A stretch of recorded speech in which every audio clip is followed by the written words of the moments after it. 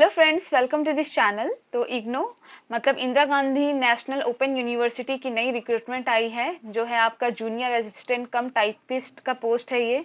ठीक है, तो इस वीडियो में हम लोग देखेंगे कि इस रिक्रूटमेंट के रिगार्डिंग आपका एलिजिबिलिटी क्राइटेरिया क्या है, आपका एज लिमिट क्या है, आपका एग्जामिनेशन फीस कितना लग रहा है, और आपका जो एग्जाम पैटर्न है, एग्जाम सिलेबस है, और इसका सिलेक्शन प्रोसीजर क्या है। तो ये सब कुछ हम लोग इस वीडियो में डिस्कस करेंगे। तो चलिए स्टार्ट करते हैं हम।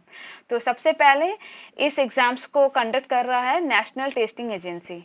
ठीक है, उसके बाद देखिए कुछ इंपॉर्टेंट डेट्स देख लेते हैं। तो इसका ऑनलाइन एप्लीकेशन फॉर्म स्टार्ट हो गया है 22 से। ठीक है, और इसका लास्ट डेट है आपका 20 अप्रैल, जो कि आपका फी पेमेंट डेट भी आपका 20 अप्रैल है।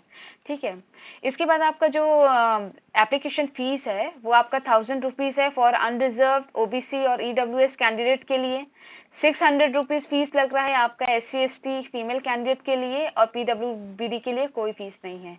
ठीक है, उसके बाद यहाँ पे एक इम्पॉर्टेंट और मेंशन किया गया है, करेक्शन डेट दिया गया है एप्लीकेशन फॉर्म को करेक्ट करने के लिए। तो वो आपका 21 अप्रैल से 22 अप्रैल तक रहेगा। ठीक है, उसके बाद आपका जो भी date of examination, admit card वगैरह जो भी है वो आपको इस इस इग्नू के इसके वेबसाइट पे अपडेट मिलते रहेगा। ठीक है, तो चलिए देख लेते हैं। तो यहाँ पे रजिस्ट्रेशन एप्लीकेशन प्रोसेस यहाँ पे बताया गया है। तो आपका वही ऑनलाइन मोड है, ये सिर्फ आपको ऑनलाइन के थ्रू ही यहाँ पे अप्लाई करना पड़ेगा इस फॉर्म को। और इसका डेट वही आपका 22 मार्च से स्टार्ट हो गया है, 28 अप्रैल तक आपका चलेगा। ठीक है, फिर उसके बाद यहाँ पे जो भी है इंस्ट्रक्शंस दिया गया है उसके अकॉर्डिंग। फिर उसके बाद देखिए steps to complete the application process. यहाँ पे स्टेप बाय स्टेप बताया गया है आपको किस किस स्टेप में आपको क्या क्या आपको फिल करना है। तो जैसे कि फर्स्ट स्टेप में सबसे पहले तो आपको रजिस्ट्रेशन करना है। ठीक है, सेकंड स्टेप में आपको एप्लीकेशन फॉर्म फिल करना है। थर्ड स्टेप आएगा आपका एग्जामिनेशन सेंटर चॉइस करने के लिए। फिर आपका फोर्थ स्टेप आपका डॉक्यूमेंट्स अपलोड करना पड़ेगा आपको, वही आपका इमेज, आपका फोटोग्राफ। ठीक है, फिर आपका लास्ट जो स्टेप रहेगा उसमें आपको अपना फी पेमेंट करना होगा।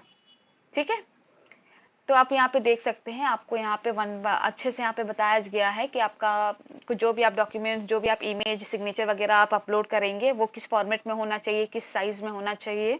ठीक है, आपका डॉक्यूमेंट्स मतलब आपका डॉक्यूमेंट्स किस साइज में होना चाहिए, वो सब कुछ यहाँ पे दिया गया है। ठीक है, देख लीजिएगा। इसके बाद देखिए जो स्टेप्स बताया गया है, तो स्टेप वाइज से आपको पूरा यहाँ पर डिटेल में आपको क्या क्या फिल करना है वो सब यहाँ पर दिया गया है। ठीक है, तो आपको प्रॉब्लम नहीं होना चाहिए आपको रजिस्ट्रेशन या एप्लीकेशन फॉर्म फिल करने के टाइम पे। ठीक है, तो देख लीजिएगा सारा स्टेप्स को एक बार फॉर्म फिल करने से पहले। ठीक है, पोस्ट डिटेल्स।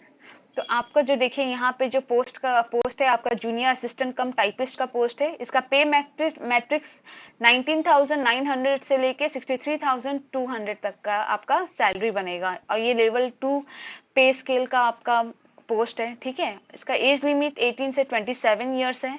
यहाँ पे देखिए कैटेगरी वाइज आपका यहाँ पे वैकेंसी दिया है। अनरिजर्व के लिए 83 है, SC के लिए 29 है, ST के लिए 12 है नंबर ऑफ पोस्ट, OBC के लिए 55 है, और EWS के लिए 21 है। मतलब टोटल नंबर ऑफ पोस्ट आपका यहाँ पे 200 है। ठीक है, और यहाँ पे रिजर्वेशन है आपका PWBD के लिए 9 दिया है, एक्स सर्विसमैन के लिए 20 नंबर ऑफ वैकेंसी है, और मेरिटोरियस स्पोर्ट्स पर्सन है उनके लिए 10 नंबर ऑफ वैकेंसी है। ठीक है, और यहाँ पे देखिए एसेंशियल क्वालिफिकेशन यहाँ पे बता दिया गया, 10+2 चाहिए। मतलब आपका 12 अगर आप पास है तो आप इसके लिए एलिजिबल है, आप इसमें अप्लाई कर सकते हैं। ठीक है, और यहाँ पे साथ में बोला गया टाइपिंग स्पीड होना चाहिए आपका 40 वर्ड पर minute in English and 35 word पर मिनट इन हिंदी। ठीक है, तो मतलब आप फॉर्म फिल कर लीजिएगा, टाइपिंग स्पीड तो आप प्रैक्टिस करके भी कर सकते हैं। ठीक है, इसके बाद देखते हैं एज रिलैक्सेशन। जैसे कि यहाँ पे एज बोला गया है 18 से 27 आपका एज लिमिट है। ठीक है, तो यहाँ पे बोला गया है कि cut off date to determine eligibility in terms of age of candidates will be 31 March. तो आपका जो एज जो है ना वो आपका डिटरमाइन करेगा एज पर 31 मार्च के अकॉर्डिंग। ठीक है, मतलब आपका 31 मार्च तक का देखा जाएगा कि आपका एज 27+ नहीं होना चाहिए। ठीक है, तो इसके हिसाब से आपका वो काउंट होगा, तो आप ध्यान दीजिएगा। इसके बाद यहाँ पे कैटेगरी वाइज एज रिलैक्सेशन दिया गया है, तो वो आप देख सकते हैं, यहाँ पे देख लीजिएगा। उसके बाद चलते हैं सीधा स्कीम ऑफ एग्जामिनेशन। तो यहाँ पे 2 फेज में एग्जाम्स होंगे। टायर 1 और टायर 2 में। तो फर्स्ट जो आपका टायर 1 एग्जाम्स है वो आपका कंप्यूटर बेस्ड एग्जाम है और to be conducted in bilingual, आपका 2 लैंग्वेज में रहेगा, हिंदी और इंग्लिश, ठीक है। उसके बाद आपको ये ऑब्जेक्टिव टाइप क्वेश्चंस रहेंगे, ठीक है। टेस्ट होगा, उसका सब्जेक्ट्स क्या क्या है देखिए, यहाँ पे देख लीजिए एक बार। सबसे पहले जनरल अवेयरनेस, ठीक है, इसका आपका नंबर ऑफ क्वेश्चन 30 रहेंगे और मार्क्स 30 रहेगा, मतलब हर एक क्वेश्चन एक 1 मार्क्स का रहेगा। फिर आपका रीजनिंग एंड जनरल इंटेलिजेंस, ये आपका सेम नंबर ऑफ क्वेश्चन 30 रहेंगे और मार्क्स आपका 30 रहेगा। मैथमेटिकल एबिलिटीज में भी आपका नंबर ऑफ क्वेश्चन 30 रहेगा, मार्क्स 30 रहेगा। आपका हिंदी और इंग्लिश लैंग्वेज और कॉम्प्रिहेंशन, ये भी आपका 30 नंबर ऑफ क्वेश्चंस रहेंगे और 30 मार्क्स रहेगा टोटल। और कंप्यूटर नॉलेज आपका 30 नंबर ऑफ क्वेश्चंस रहेंगे, 30 मार्क्स, मतलब टोटल आपका 150 नंबर ऑफ क्वेश्चंस रहेंगे और 150 आपका टोटल मार्क्स रहेगा। और आपको ड्यूरेशन मिलेगा 2 आवर्स का, आपको 2 घंटे का टाइम मिलेगा आपको पेपर सॉल्व करने के लिए, ठीक है। एक इम्पॉर्टेंट चीज आपको बता देती हूँ, देखिए यहाँ पे लिखा गया है, जो कैंडिडेट्स जो लिया जाएगा ना, शॉर्टलिस्ट किया जाएगा as 10 times the number of vacancies, मतलब एक पोस्ट के लिए 10 कैंडिडेट को सिलेक्ट किया जाएगा, ठीक है। मतलब यहाँ पे सिंपल लैंग्वेज में बोलूँ तो 1:2 के रेशियो में यहाँ पे कैंडिडेट को शॉर्टलिस्ट किया जाएगा टायर 2 के लिए, ठीक है। अब इसके बाद होगा आपका टायर 2, जो बच्चे टायर 1 में क्वालिफाई हो जाएंगे, ठीक है, तो उनका नेक्स्ट आप होगा टायर 2, जो कि आपका टाइपिंग टेस्ट रहेगा, स्किल टेस्ट रहेगा, ठीक है, जैसा कि मैंने आपको ऊपर ही बता दिया था। हाँ, जो आपका टाइपिंग स्पीड रहेगा 40 वर्ड पर मिनट रहेगा इंग्लिश में और 35 वर्ड पर मिनट होगा आपका हिंदी में रहना है आपका टाइपिंग स्पीड, ठीक है। और फ्रेंड ध्यान दीजिएगा, यहाँ पे साफ साफ लिखा है ये जस्ट क्वालिफाइंग है, आपको जस्ट उसे क्वालिफाई करना है, ठीक है। मिनिमम क्वालिफाइंग स्पीड यहाँ पे मांगा गया है।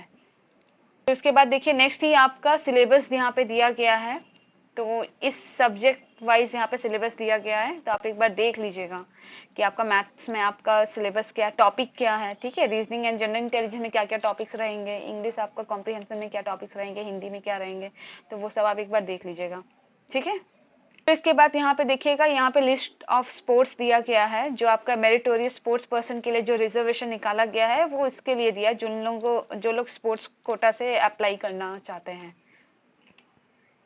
तो उसके लिए सर्टिफिकेट आपका कंपटीशन कौन सा लेवल का और कौन सा ऑथराइज सर्टिफिकेट होना चाहिए, तो वो यहाँ पर लिखा गया है, तो आप यहाँ पे देख सकते हैं एक बार।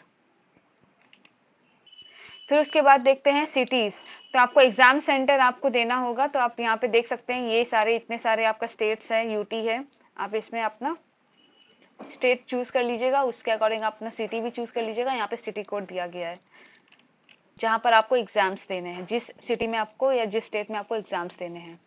उसके बाद यहाँ पे पेमेंट ऑफ एग्जाम फी का आपको यहाँ पे इंस्ट्रक्शंस दिया गया है। ये आपका मोड ऑफ पेमेंट है आपका, नेट बैंकिंग भी है, डेबिट कार्ड के थ्रू भी आप पे कर सकते हैं, क्रेडिट कार्ड भी कर सकते हैं और यूपीआई के थ्रू भी आप अपना फी पेमेंट कर सकते हैं, तो वो यहाँ पे आपको दिया गया है, देख लीजिएगा। और यहाँ पे आपका थोड़ा बहुत स्टेप्स बताया गया है, तो वो भी आप एक बार चेक कर लीजिएगा, ठीक है। तो फ्रेंड्स मैंने ऑलमोस्ट आपको बेसिक आपको डिटेल्स दे दिए हैं इस रिक्रूटमेंट के रिगार्डिंग।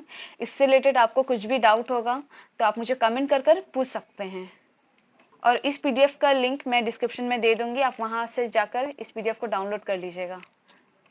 आई होप आपको सब कुछ समझ में आ गया होगा और मेरे चैनल से जुड़े रहें।